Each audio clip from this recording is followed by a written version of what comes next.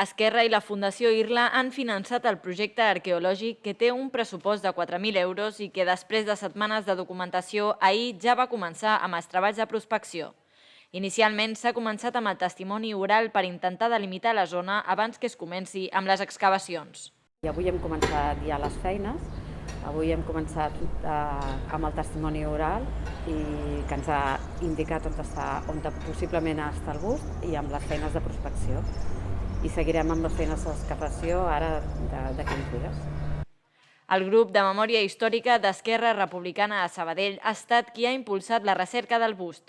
Tots els membres de l'equip esperen poder trobar el bust. Hem treballat, hem fet molt perquè aquest moment arribés i finalment sembla ser que ha arribat. Estem tots treballant i esperem que surti bé i a pesar que és un misteri, és una aventura, no sabem exactament on és, però bé, hi ha els mitjans i hi ha les eines per poder detectar el seu lloc i extreure'l tal com esperem, i esperem que sigui veritat, que estigui en el lloc que creiem que està. La possible ubicació exacta del bust la va transmetre el fill de l'alcalde republicà Magí Mercè, Avenir Mercè, a Josep Maria Civís, qui va ser primer regidor d'Esquerra Republicana a l'Ajuntament de Sabadell després del franquisme.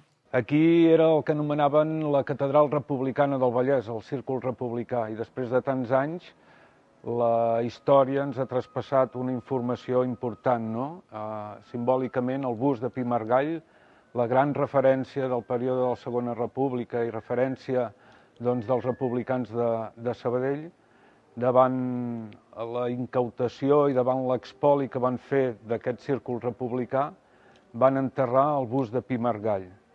Avui és un inici de treballs de recerca i de memòria històrica que comença buscant o descartant si finalment es troba en aquesta antiga entrada del círcul, amb altres treballs en paral·lel que anirem fent de recerca de la memòria històrica. Un cop finalitzat el projecte i tant si es troba al bust com si no, la Fundació Josep Irla i Esquerra Republicana de Sabadell també promouran diverses accions per donar a conèixer la iniciativa a la ciutat.